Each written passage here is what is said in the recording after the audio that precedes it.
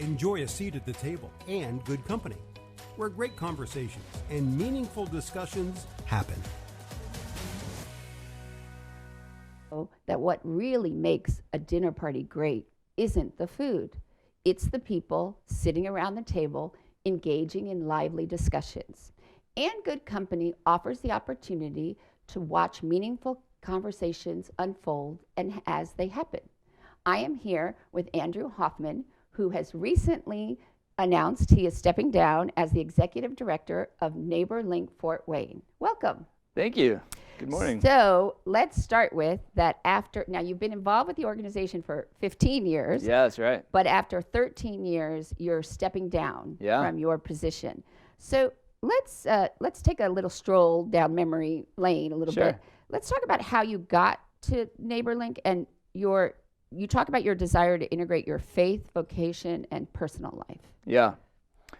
Well, I graduated college in 2003. It was also the same year NeighborLink was formed by Doug Crane and John Barse. And NeighborLink really was the attempt to leverage technology and web-based technology at the time to create an avenue for primary churches, businesses, civic groups to be able to self-select and connect to vulnerable homeowners and needs that were falling through the cracks of social services. So as tech and web were emerging, there was an opportunity to use it to allow individuals to connect to it. And so myself, I started getting involved in our church at Fellowship Missionary, and we started, really desiring to move towards the community, to the neighborhoods in and around the church, not to purely just evangelize or connect, but to really get to know our neighbors through service. And NeighborLink provided a great way for us as a community to identify needs and really open doors, people that were asking for help that couldn't get help anywhere else, and we had resources and time, and so it was our desire to move. And so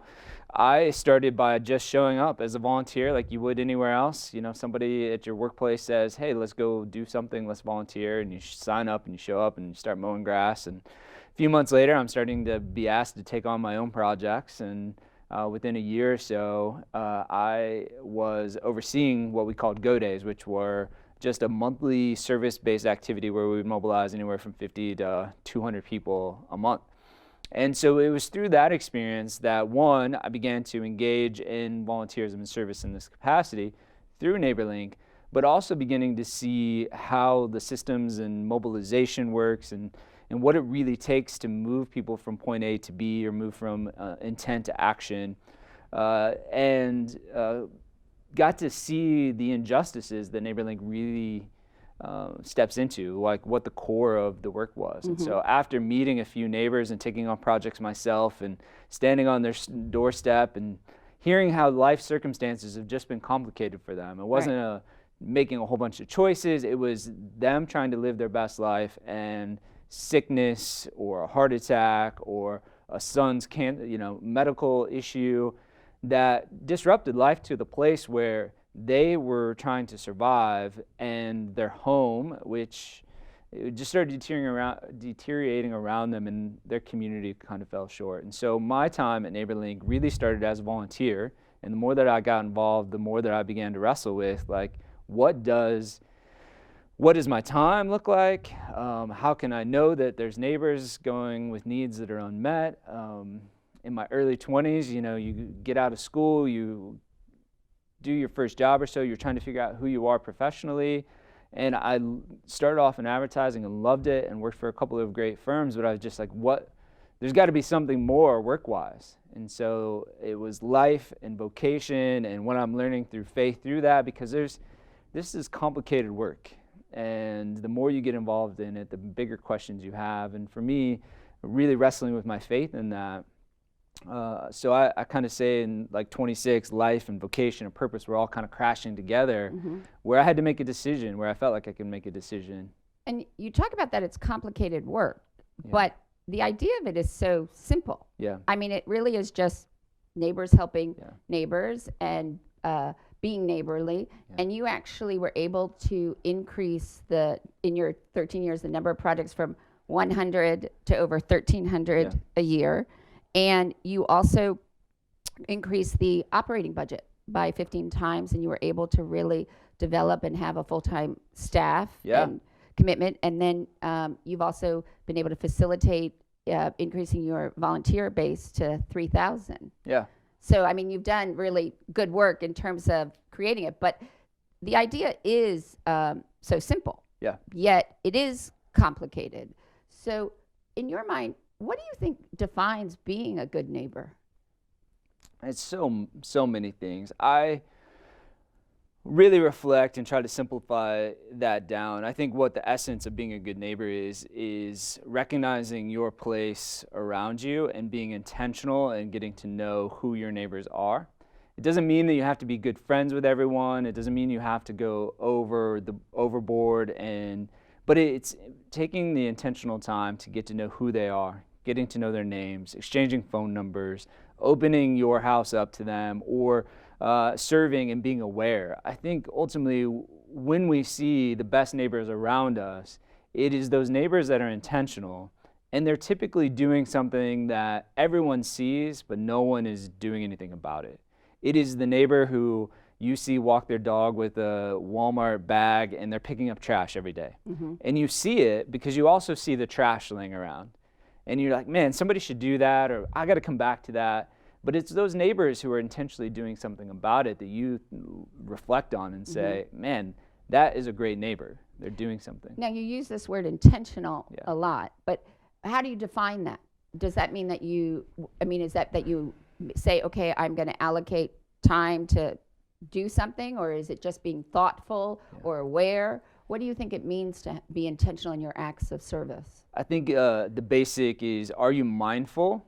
Are you aware of things around you that are broken, and are you mindful in whether or not you have any sense of responsibility for it?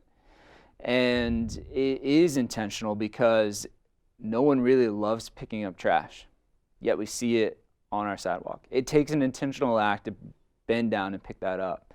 And so it's going from that intent, like, I wish somebody would do something about it, I see it, to I'm going to stop and go do that, or I'm going to go back to do it. Mm-hmm. And it could be trash as a simple example, but it goes beyond that. It's, man, I see somebody down the street who looks like their car isn't there as often, or they're not mowing their grass, or you notice something's amiss in that. The intentionality is, when you see something that is amiss, what do you do with it? Do you go knock on the door? Do you take cookies to try to check in on them?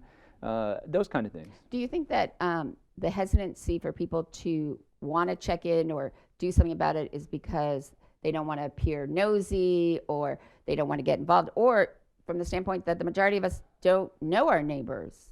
How do you, what do you think it is that stops people from doing that? I think there's a lot of different things, but it's all based in the fear. Many of the same things you just described, and it could be a long list of others, but there is this disconnect of this fear that if I do so, will I be rejected? Will my attempt fail because they're not home? Or will they not answer the door? Those things, that kind of fear of rejection of what might happen, which ultimately it comes down to, we're often just so disconnected from who our neighbors are that we don't have enough courage or belief that it will be received well. I kind of evaluated and tried to watch, even in my own neighborhood, from, you have about a 6-week window. And this is a kind of a loose theory, but if you don't connect relationally with your neighbors within the first 6 weeks of being around, it makes it even that much harder, because now there's this awkwardness because you probably waved or you've acknowledged each other visually, yet you made no attempt to get to know their name, or maybe even forgot the name. And that overcoming that barrier internally is a bit humiliating, where I have to say, I'm sorry. I know we said hello at one point, but I forgot to get your name. Right. And that's just as small and insignificant it is, it's kind of a hard barrier to get over sometimes. Right.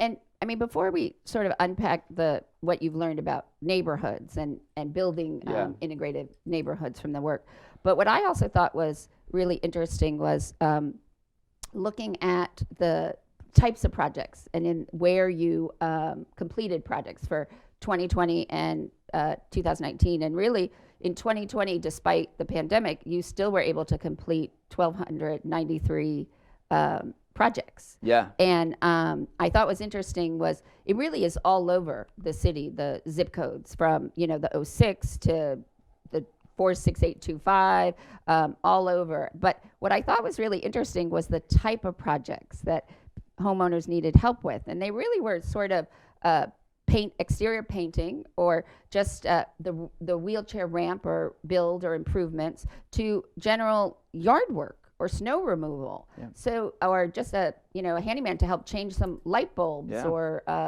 in one of your, I know that you use, I think your advertising background, and you use podcasts and video to demonstrate and put names and faces to the people, our neighbors, in a sense. One of the women that you have had a relationship with, no, actually the founder, John, has a relationship with, was a woman who got hurt from a motorcycle accident, and she's in a wheelchair, and she was saying, like, she can't even, like, just take down the curtains, like, to clean them and stuff. So it's just simple things around the house. So it's not really that you need to have necessarily a skilled background or know how to do plumbing work. It's just really being able to put your hands to work, in a sense. Yeah. I mean, there's so many things that we do every day for ourselves. And when life's circumstances move you into a physical disability or vulnerability, how do you overcome those? And so what our primary demographic that we have served throughout the year are those that are trying to age in place, right, living on a fixed income of $800 to $1,200 a month. And they were active, they were participating in society, they're working individuals, but when they hit retirement, or they ended up with a disability that prevented them from continuing working, they're able to still live independently. We have so many great resources that are able to help them in different ways. But when it comes to home maintenance, home repair, or those tangible tasks like pulling down curtains or getting the trash can at times to the curb, there's not an organization that does those kind of things. But, because of the fact that we do have an increase of the aging population, and there is now, especially even with COVID, you're going to see even more of a demand of people wanting to age in place. So there is a need for a lot of senior citizen and having assistance. And there are a lot of initiatives and programs to help them. But you talk about how people that these are possibly people who fall through the cracks. Yeah. What does that mean? Well, I find that I kind of learned that owning your own home is a luxury. It's not a guarantee in our community and in our society or our country. Government assistance does not pay your rent. It doesn't pay your mortgage. It doesn't fix your roof. It doesn't fix your furnace. And so if you're not able to financially cover those expenses through savings, retirement, or income, $800 and $1,200 a month does not go very far. And so there's a heavy and growing concentration in our community that have shifted from being able to kind of maintain and keep going to not being able to. And because owning a home is a luxury, there are a lot of people stuck in this gap in our community that, without outside assistance, are both living in substandard housing situations because they can no longer afford to maintain their home, yet there aren't real great options for many of them to transition. And the best option is for them to continue to live where they're at and continue to contribute into the neighborhoods, which many do. But there's a whole lot of people in a gap here with our housing, and it's a major issue that we are and I was trying to begin to address. Is there's a 7 to 12 year gap from when you go on retirement to when you need maybe more long-term assisted living situation, or that if we could transition those individuals into more sustainable housing that doesn't require the upkeep without them moving from point A to B, because we all have personal choice, and many of them own their own home, they don't have debt, and for them, their options are limited, or they can't afford it, or it require them moving clear across town, and they don't want to be removed from their neighborhood. Obviously, you came to NeighborLink in the idea of your faith and service, but through your work, you've learned a lot about housing and what makes a good neighborhood and the issues that neighborhoods are facing. So first, talk about what you mean by like small acts can really influence or change a neighborhood. Yeah, ultimately what we see is it's less in our community that people don't want to help. They just don't know where or how to get started. And if we believe that that is a truth, and it's been proven through our activity. So a great example is something like yard mowing.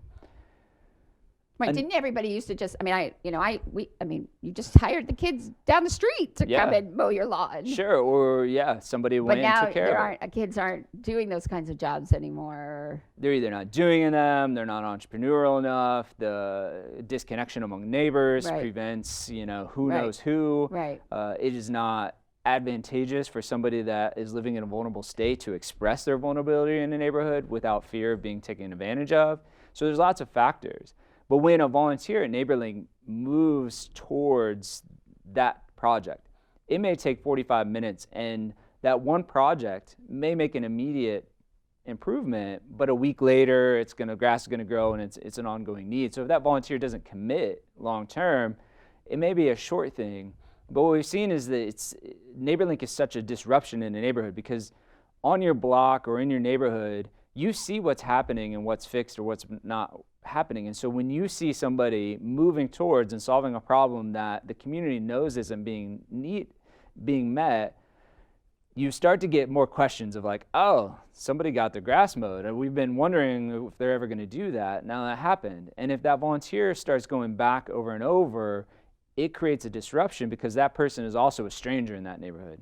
And more people start asking, and that creates really great conversations we've seen over the years of the volunteers interacting with other neighbors and being able to say, I'm so-and-so, I'm here to help. This person's, has been sick and they can't, and then the neighbors are saying, oh, we didn't know. We just thought that they didn't take care. Oh, well, great, maybe you could step in and help. Or it gives that homeowner some confidence, and they get asked questions and like, hey, I just didn't, and it reestablishes those connections. So even something as small as yard mowing, we've seen disrupt the flow in a neighborhood and just draw attention to a vulnerability that the neighbors didn't know, and neighbors will follow up and step in. And how do you think that this idea of not knowing your neighbors and the issues or the work that you're doing, not only to facilitate the physical needs of their home, but dealing this epidemic that we have of our greatest problem is loneliness? Yeah. How do you see that influences or has been impacted? Well, NeighborLink has always been far more about relationships than it is about projects. Our projects are only designed to facilitate and connect neighbors with the desire for relational connectivity. And so one of the greatest impacts that NeighborLink has on a day-to-day basis is addressing isolation and loneliness. And it is the relational connectivity between our volunteers and those they're serving that is where the transformation lies. And ultimately, even that simple yard mowing example is about identifying and bringing attention to an isolated individual. So we walk away knowing, yes, we mowed some grass, but in that moment, we have just boosted the spirits of somebody who looks out their window every day wondering if anybody's going to help them. Mm-hmm. And that's just probably one of 10 needs in the course of a week that person is looking for somebody to help. And it doesn't take long for us all to feel isolated. I think if anything, if we look past the past year, we all recognize it does not take long to feel isolated or lament social connectivity. Many of the people NeighborLink's been serving over the last, almost 20 years are isolated and lonely. We serve a lot of widows and widowers and independent people that life has just moved on when they slowed down. And so talk about what you've learned and how your efforts with NeighborLink also helped you to think about the efforts for strategic neighborhood development, or what you feel are, that you've gone beyond to educate. What are these critical components that make a neighborhood successful, not only by their property value, but by making them a living and successful organism?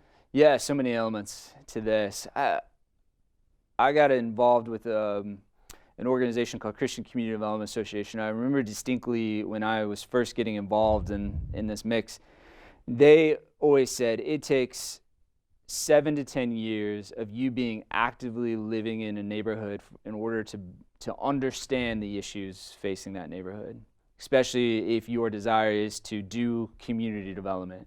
And so for my wife and I, it was really important for us to move towards the margins, to be present in the areas that we wanted to grow, develop, serve.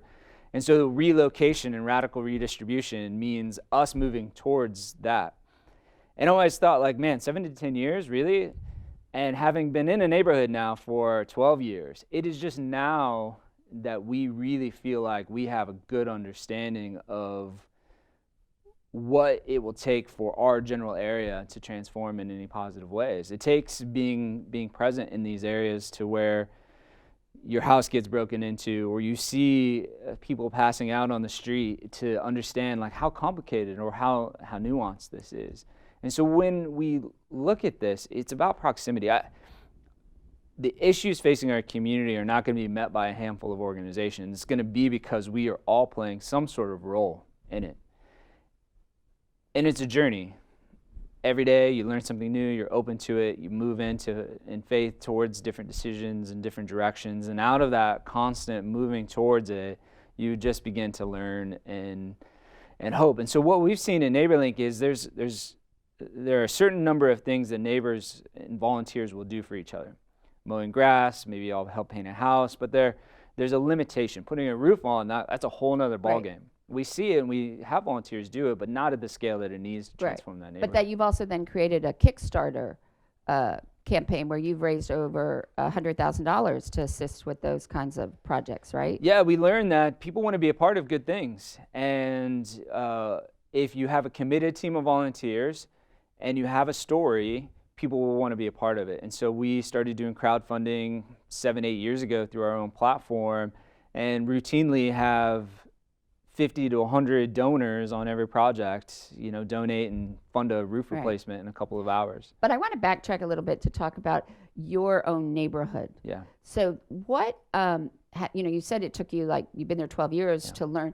What have you learned, or what are these big issues, and how do you think that you've been able to change that neighborhood? Like, do you think it's having a good or active neighborhood association? Do you have like a sort of organized committee that if someone new moves in, you go and introduce yourself? Yeah. What do you do within your own neighborhood? Yeah, well, we're fortunately moved into a neighborhood that we didn't know it moving into it, but there was a renaissance, 15, 20 years before we moved in, because other neighbors moved in intentionally, and they focused on creating community. Okay. And they were wise enough to create an economic engine. And so the economic engine helped fund the neighborhood association. I can't stress enough how important a democratic process like a neighborhood association. What is the economic engine? So they created a home tour. So they have this neighborhood association, all geared towards, improving streets, crime, all of the issues in the neighborhood. Some of it's good. Most of those die and get really frustrating because you end up talking about a whole bunch of negative things. And you have plenty of ideas, but you don't have any way to fix it.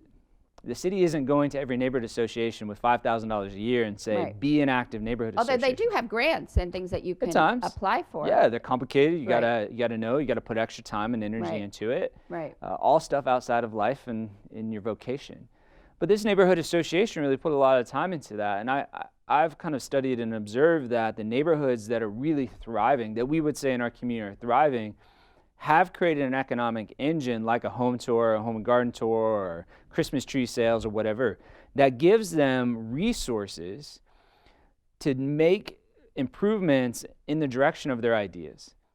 Every neighborhood has really committed people that care about their place and are willing to do good work. And they're willing to gather with people that are different from them and have discussions. But without the economics, it soon falls short, or ideas move forward, or there's always the 80-20 rule of 20% of people do the work of the whole thing. That's true. But what the home tour has done for our neighborhood is give them a pool of resources that they can move forward with ideas in a collective action, and it incentivizes people to be involved if you don't like the decisions that are being made.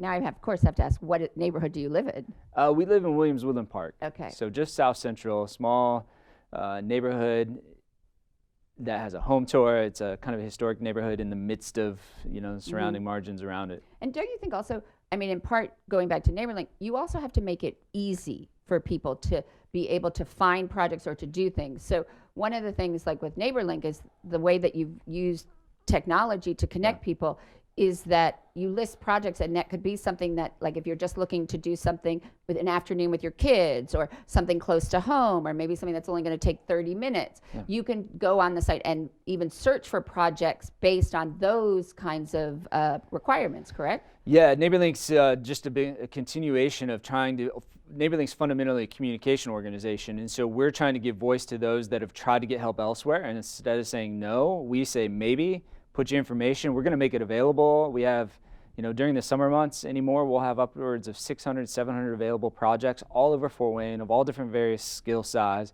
And then when we train and we work with our volunteers, we're always communicating, like, you may see somebody in your neighborhood that needs help, and maybe they have something they're at least asking for something that's bigger, but that gives you permission to call them and say, you know what, I can't help you with your roof, but is there anything else I can help you with? Right. And they will find something for you. Well, you talk about that whole idea that a need unknown is a need that cannot be met. Yeah. But why do you think people are also afraid to ask for help or let it be known that they need help?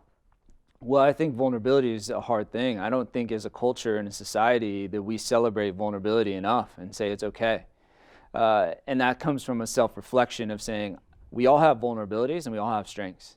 And the sooner we can recognize we all have vulnerabilities, and the only way that we get past our vulnerabilities is through the help of others.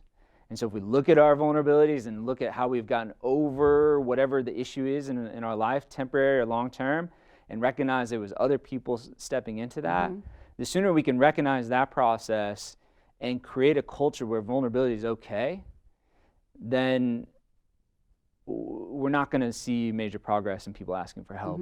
And often it's asking for help like when it's a deadline. There's a condemned sign on my house, I didn't know.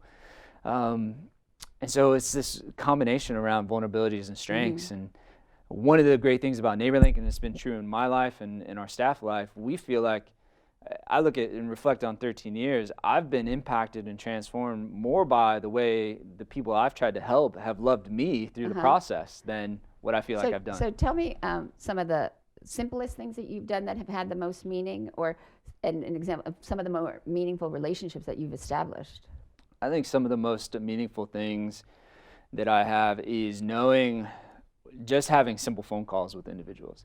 That person may have called on the phone and trying to ask for help, but that phone call may have taken 30 minutes. And to hear their tone from the beginning to the end, just to hear them, to validate them, those make the most impact. And then other things that are just personal, like when you are maybe help them solve their need, but you decide, okay, we're going to take them like a food basket afterwards because we connected, and that's another way. Those moments where the unexpected moments or the unrequested moments have been really impactful. There's so many stories and projects over the years where you just do extraordinary things, putting a roof on somebody's house that's been leaking for years. It's just... So if you think about what you've learned and what you've done, if you could say your dream neighborhood, and the people who live there, what would it be? Well, it is as diverse as it comes. We want to see different socioeconomics, not all put together. It's a good question, because the more diverse the neighborhood is, the more we feel at home, because it's a matter of learning from others and their other experiences.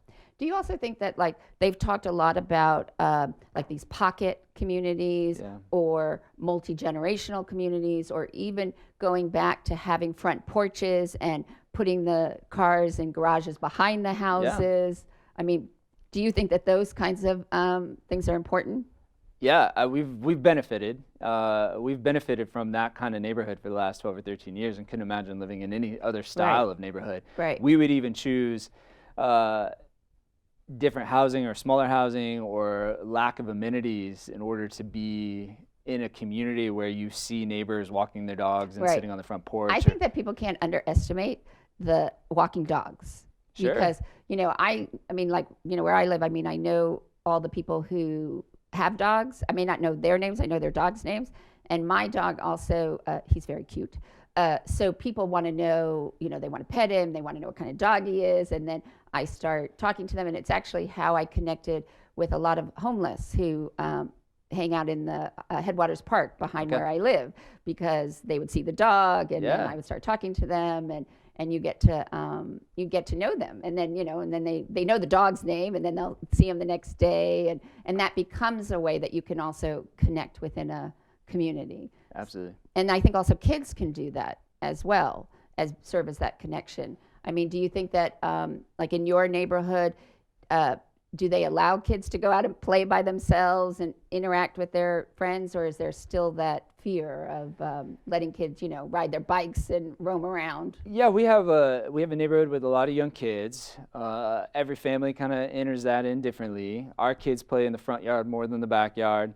Our kids are 10 and 8, and so we're just now kind of hitting that age where we feel comfortable with them riding the scooter up and down the street, and maybe around a small block. And yeah, we're trying to engage with that. But yeah, you see a lot of kids out and active in our neighborhood and doing that. So. And you think, and like making sure that neighborhoods have sidewalks. What are some of the other things that you think would make for success, or simple things that we could do that would make our neighborhoods more successful?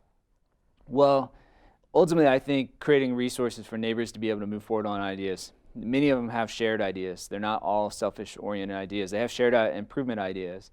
So coming alongside and helping those groups of individuals move forward with some of their ideas just strengthens relationships and encourages people to work together towards positive solutions. Systemically, there are a lot of issues that neighbors just aren't going to be able to address. In urban neighborhoods and in many low-income neighborhoods, there's a constant battle between rental versus ownership and or beautification-related issues. These things that are really complicated and overwhelmed. More organizations trying to address those things through innovative programs. We've been working and trying to figure out what would it look like for us to go into a neighborhood and make an offer to a landlord that may own 10, 12, 15 homes in that neighborhood and say, we want to buy them all, and create a whole new rental program for that area and stabilize those homes, create better opportunities for those tenants, and try to begin solving that, which just ultimately comes down to ownership. And is that something you've been working on? We've been working on the business model for it, and trying to sort out what would that look like? What does a more just and equitable rental company look like that can still make money? Right. Yeah. There's lots of great landlords out there, but in some neighborhoods, a lot of the landlords, though, in some of the neighborhoods, there's a group of people who they found that the landlords are actually located in Australia. They probably don't even know what they own or how they buy it, or yeah. Yeah, I was recently made aware that there was about a $1.2 million deal on 900 homes from somebody, in New York in our community. And so that's ownership that we lost out of Fort Wayne. So trying to figure out how do we address some of those things. Mm-hmm. And so, now that you're moving on, why? I mean, it seems like you were making, really good headway, making good progress, not only with NeighborLink, but also forays into different areas, or also even thinking about urban planning. And what made you decide to want to move on? It's a good question. I have loved NeighborLink, continue to love NeighborLink, and will continue to support and move that forward. I was approached by somebody that I knew and trusted, who saw a position that was sent to me, and the faith and calling and wanting to always be a good steward.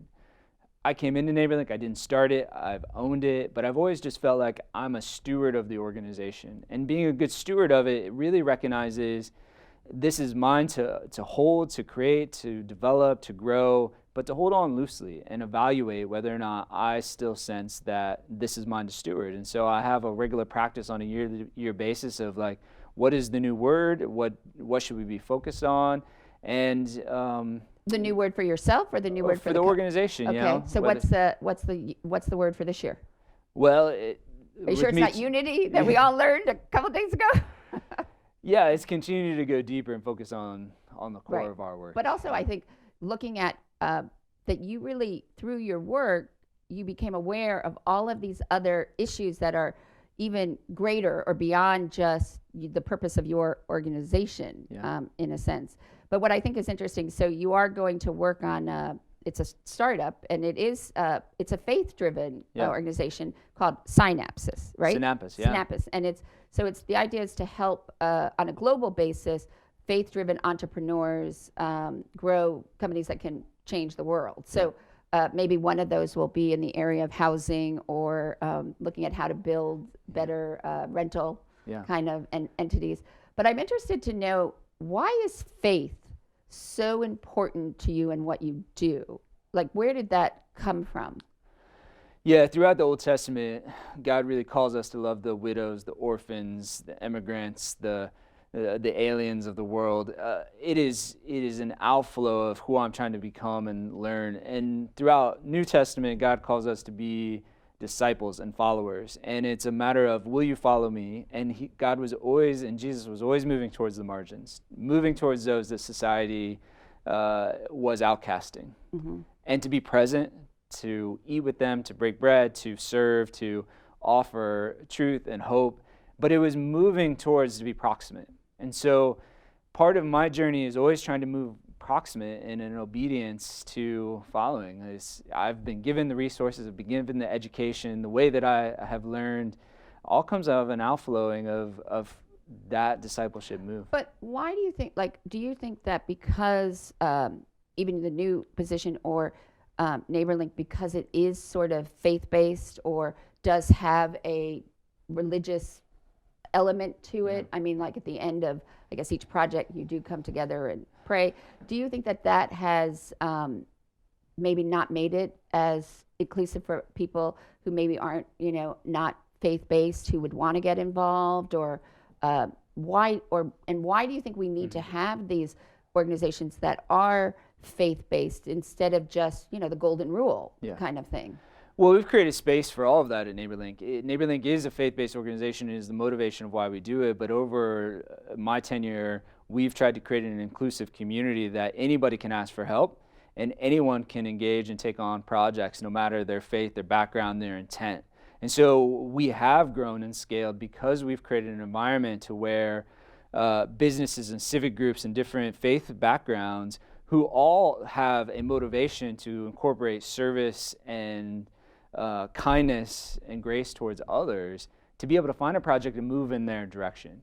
We are the connector in the organization, and so you and I would choose projects for different reasons, different scopes, what we wanted to do, and we would engage in those projects differently. I may want to, serve and engage and leave an encouraging word and maybe ask if there's anything I can pray for. Right. Some say yes and some say no, right. and we leave in grace, and somebody else may do right. differently. So we've created an opportunity for that. What I think is really important for us, at least, and where we land on that, is that there's a certain amount of hope that comes with this, and long-term solutions this is all terribly complicated work. And so for us, the faith aspect is like, on paper, this doesn't make sense. There's got to be some other force at work in order to see any of this take place. Now, did you grow up in a religious household, or that really drove you to this? Because it really is you say you're on a faith journey. Yeah. I mean, everything you do is sort of, that is your driving force. So where does that come from in you? Yeah, I did grow up. Especially because you came, advertising, and the world of advertising is completely antithesis of what purpose it serves. Yeah, I think for me, ultimately, it came down to looking at just having some faith background growing up, going to a religious school, having people invest in me. I think ultimately when it came down to it was people pursuing me and meeting me in my brokenness and my needs and bad choices and all those things over the years at really formative times, to where it is trying to orient a life that is giving thanks and paying that forward. And so it was out of relationship and people pursuing me, and how I've been able to give what at times is probably insignificant to others, but it's in their need, that has kept propelling me forward. And we need people that are willing to step into jobs and places in our community where it doesn't make any worldly sense economically. Anybody, like when I made a 70% pay cut when I went from advertising to NeighborLink. Right. But it was the right work, and it has to fulfill some other way. And right. So, but you've also done, some very innovative things, because most of all of your funding is grants, donations, sure. right? So you created this team, NeighborLink. Yeah. So how did that come about? Team NeighborLink was an extension of my own person. I learned early in NeighborLink is that so much of us talk about and feel like we have to keep work and life in balance, which means that there's always this give and take. And I took it more of a work-life integration and saying work presses into my life and life presses into work and all of those things. In order to truly live a mission-based life, it all needs to intersect some way. So Team NeighborLink was an extension of my own pursuits in athletics and saying, I'm going to do these events. And what do you do? Are you a runner or a triathlete? Yeah, I've done triathlons. I run. Okay. I'm training for an ultra marathon now. I love to cycle. And so I was like, man, I'm going to buy all this gear. Why not put my logo on it? Right. And because NeighborLink is such an inclusive thing, we're always like, we have all these volunteers and they're active too. And they're not going to do volunteer projects all the time, but they're running and doing these other things. I wonder if anybody would, wear a NeighborLink shirt at their next running event. Or then they intentionally raise money, right? Yeah, so we ended up just essentially, instead of trying to take the approach of doing lots of like 5Ks or events, using athletics as events and fundraisers, we were focused on building a community where people could buy in and be a part of a community, and then they would take NeighborLink wherever they were going. And that was a much better approach to our time involvement, and we were ultimately trying to raise resources and relationships. Right. And so we wanted people to be connected. And then what we found is, as I would say, well, I'm going to fundraise, do this event, fundraise for a project, other people want to do it too. Right. So we created a structure. So Team NeighborLink was our gala replacement in those early years. And how much have you raised? Collectively, we've raised close to $80,000 since Team NeighborLink's been around through sale of merchandise, individuals doing fundraisers, small and events. then you also have the online shop that you have. And I love those bags that you made out of like your old banners. Or? Yeah, we had old event banners. So it's like you spend all this money on these old event banners or these banners for events and team and stuff, and then they're so time sensitive. You either throw them away or they sit around, and so I've always been trying to find somebody that can repurpose them.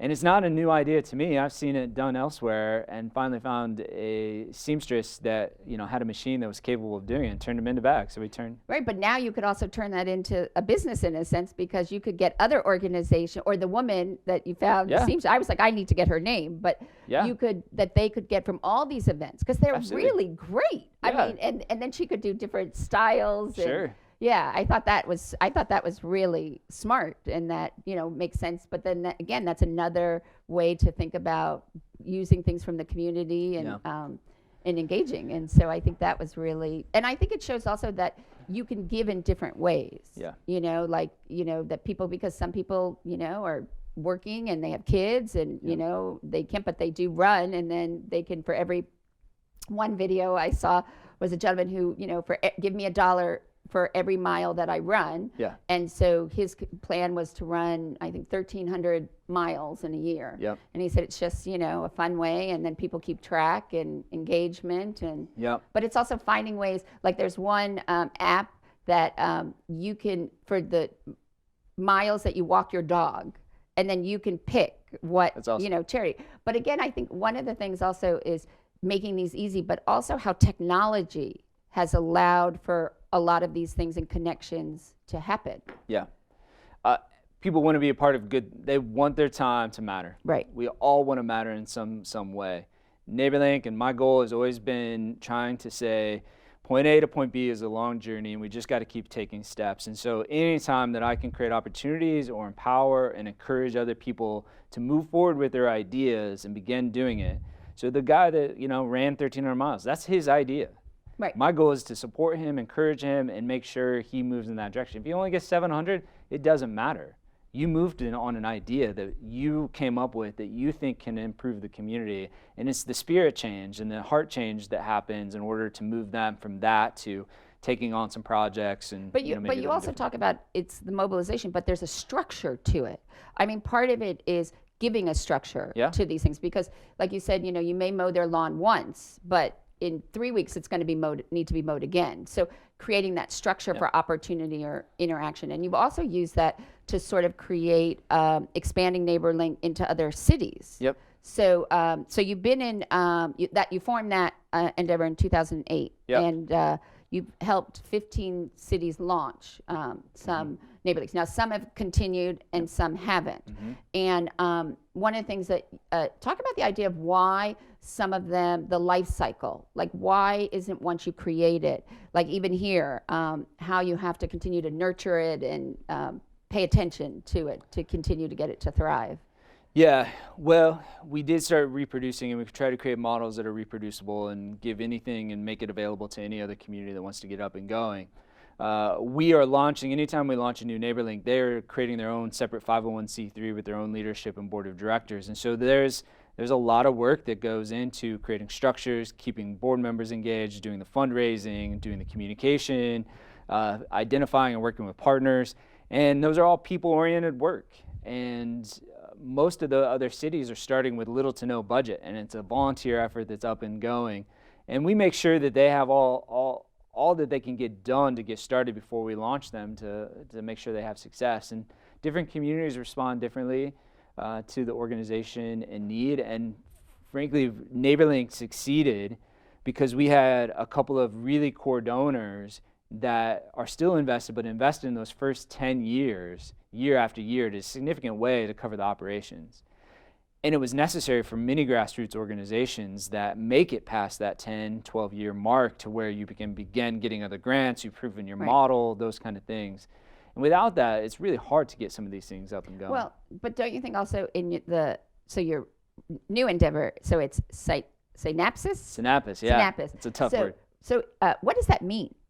Synapsis is the Greek and Latin word for mustard seed. So it's related to the mustard seed of giving, planning and having an impact long term. So, but the idea that you're helping entrepreneurs, right? So couldn't it also be because if you recognize that in order to have NeighborLink in other cities, they need that little fund. Yeah. So could it be also that you would create a fund or opportunity where you would help, if some, because it is an entrepreneurial endeavor to help kinds of these kinds of things to happen in communities across the globe?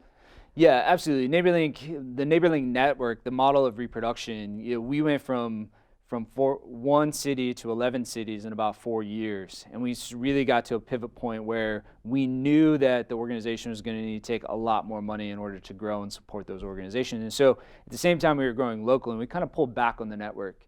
We've helped a few other cities, but we haven't put as much time into the national model because technology is expensive, the funds, the operational support that we've learned of what it takes to run Fort Wayne. And so we were looking at moving more towards into the model of how do we do regional areas, working around bigger hubs like Fort Wayne and branching out into the separate communities around or out of our Indianapolis branch. So that was which way we were going to go. I think some of the solutions back to the role of Synapsis and the role of community development is market-based solutions are going to transform our communities. Meaning that true sustainable housing related initiatives, they have to be solutions that make money, are sustainable, and have a social component to it. So they have to be they have to be interconnected in a sense. It's very costly to change the built environment. Right. And the built environment has to sustain itself. And also this idea that you also have to change sort of that paradigm of people thinking about privacy.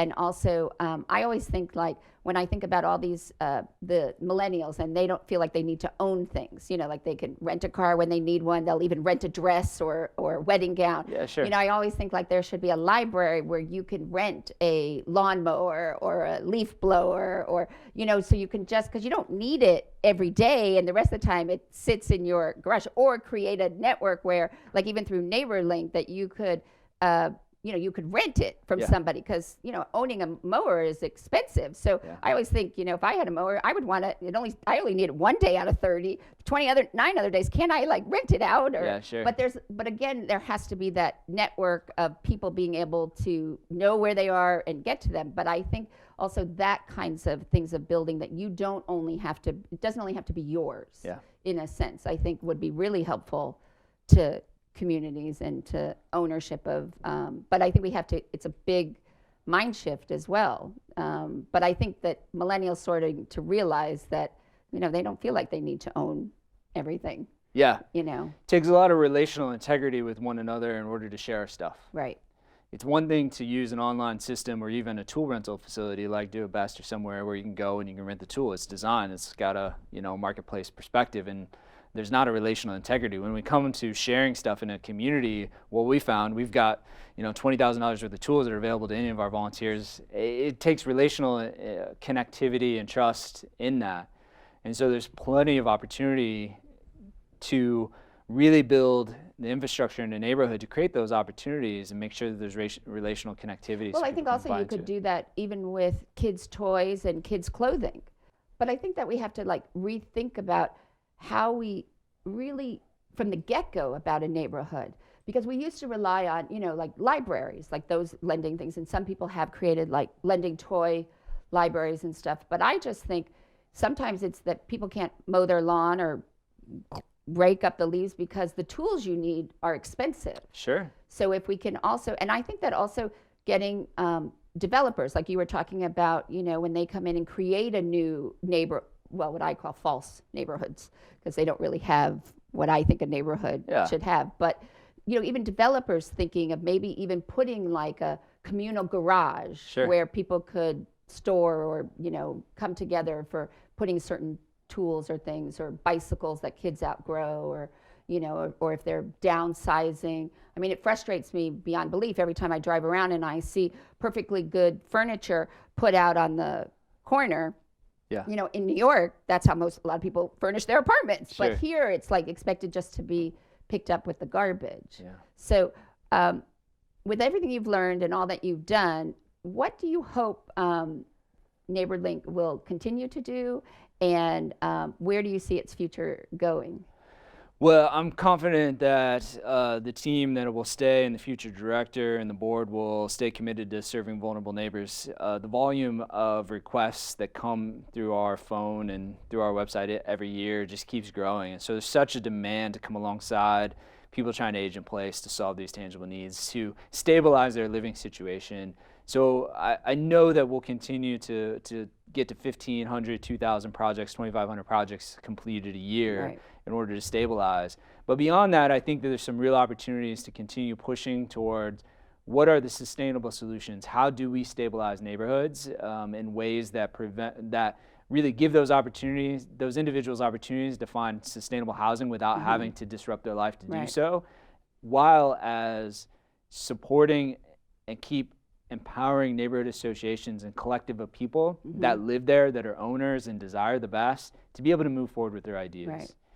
Continued research around neighborhood associations and economics, and we've had such success with our homeowner incentive program, which is a simple program where we just incentivize homeowners. We give a neighborhood association $3,000, and they can offer mini grants to homeowners to make improvements. And it's a simple matching grant. And we've seen $3,000 turn into $33,000 in trackable homeowner improvements.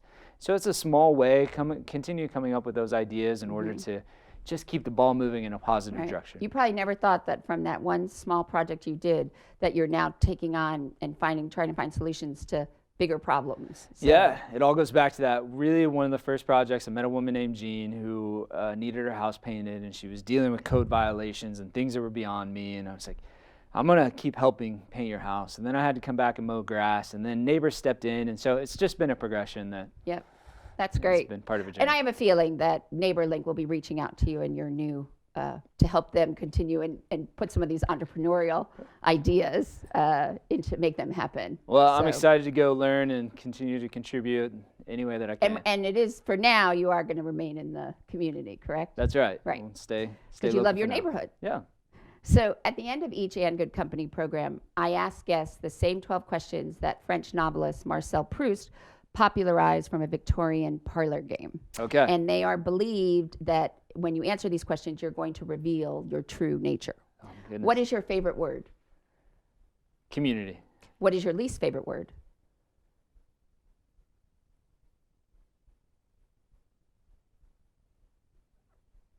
Independence. What turns you on creatively, spiritually, or emotionally?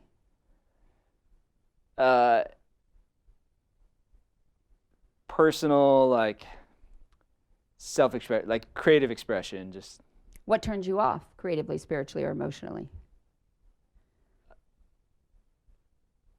lack of action that is followed by intent. Like, What sound or noise do you love? classical music, What sound or noise do you hate? high-pitched screaming. What profession other than your own would you like to attempt? I would love to be a professional photographer. What profession would you not like to do? Sales. What do you consider your greatest achievement?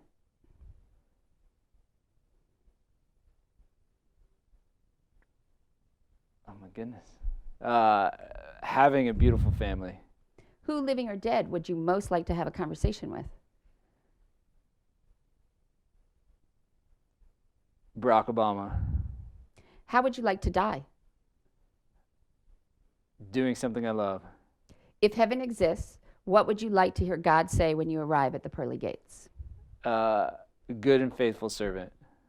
Well, I want to thank you for being a good and faithful servant to our community and for having the opportunity to talk to you. Well, Sarah, thanks for having me. Thank you. It's great. And you can again join me next time, where you can have a seat at the table for great conversation and good company.